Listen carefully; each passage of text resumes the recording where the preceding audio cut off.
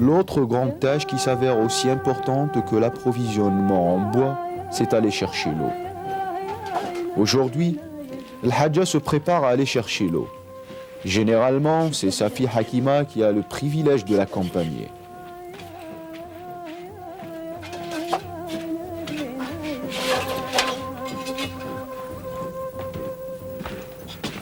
Les premières sources d'eau de l'Oued sont aussi à quelques kilomètres de la maison.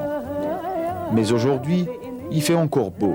C'est avec plaisir qu'elles traverseront le lit de l'Oued. L'approvisionnement d'eau est le premier soin de la femme Chaoui. L'eau est véritable source de vie. Elle est nécessaire aux besoins alimentaires, c'est une obligation impérieuse pour toutes les femmes.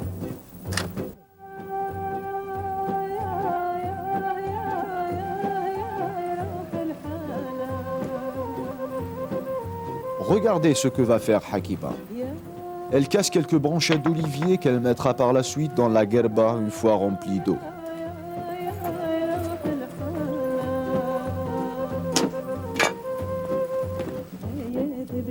La mère et sa fille traversent maintenant une bonne partie de l'Oued.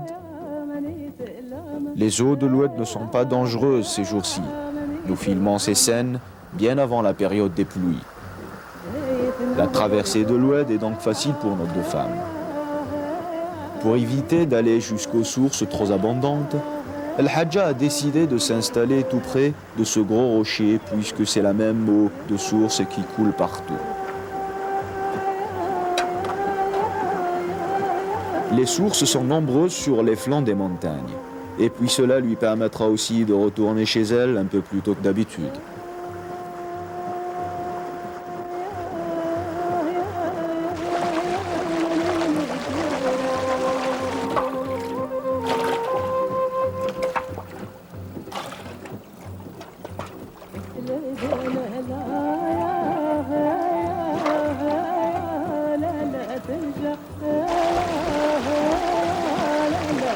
Une fois la gerba remplie, Al-Hajja n'oublie pas d'y glisser les branchettes d'olivier dans la bouche de la gerba, les laissant pendantes jusqu'à l'arrivée à la maison. Cela porte bonheur et contre le mauvais œil, nous diront-elles. L'eau, dans ces contrées-là, est un élément sacré. La femme Chaoui en est déchargée lorsqu'elle deviendra vieille.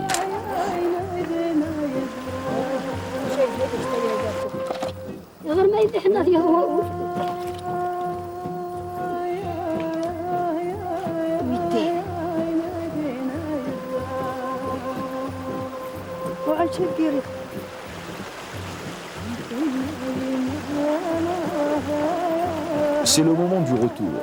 Il faut bien tenir la gerba sur son dos en la tenant par une cordelette autour de sa taille, en la bien serrant de peur qu'elle ne tombe en cours de route.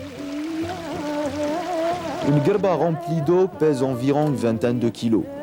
Ce n'est guère facile de la remonter en dévalant les chemins montagneux et dangereux du retour. On remarquera que Hakima n'a pas l'air d'aider véritablement sa mère. Quand on lui demande pourquoi n'active-t-elle pas, comme le fait sa mère, dans sa réponse, nous apprenons qu'elle est là uniquement pour apprendre les faits et gestes de sa mère et que celle-ci lui refuse catégoriquement de lui venir en aide. Apprendre le dur labeur dans l'indépendance est la première caractéristique de la femme Chaoui. Hakima sait que son tour viendra et elle saura conserver cette indépendance.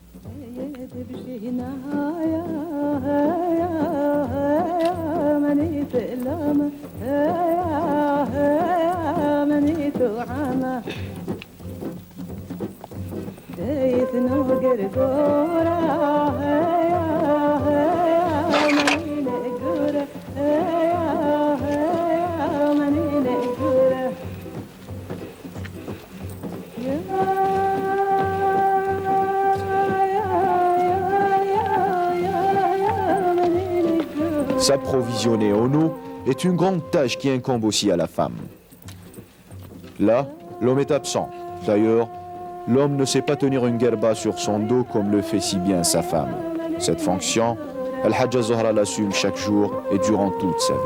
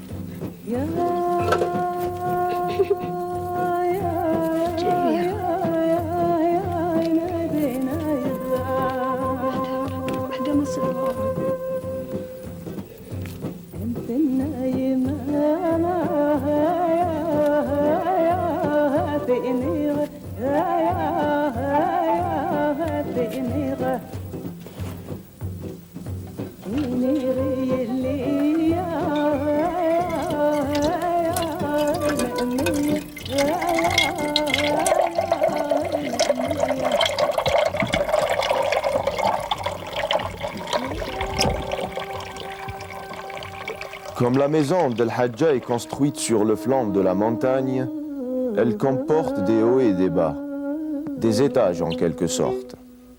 L'endroit qu'elle traverse maintenant est une sorte de grande véranda. Sous la partie couverte se trouve une grande cheminée réservée à la préparation des repas pendant la période d'été. Quant à la partie non couverte, c'est une forme de balcon donnant sur le grand vide face à l'oued et à la montagne. Ici, pendant les journées d'été, on dort à la belle étoile.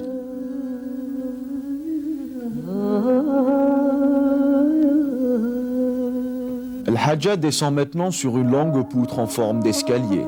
Marche après marche, elle se dirige vers le bas de la maison, composée à son tour d'une autre cour, d'une autre véranda au fond de laquelle se tient, cette fois-ci, une deuxième cheminée pour l'hiver, puisqu'elle est bien protégée du vent glacial. C'est là où aujourd'hui El Hadja s'occupe de la préparation du petit lait et de son beurre. Le petit lait est une sorte de lait très prisé des Chaouia, surtout en période d'été.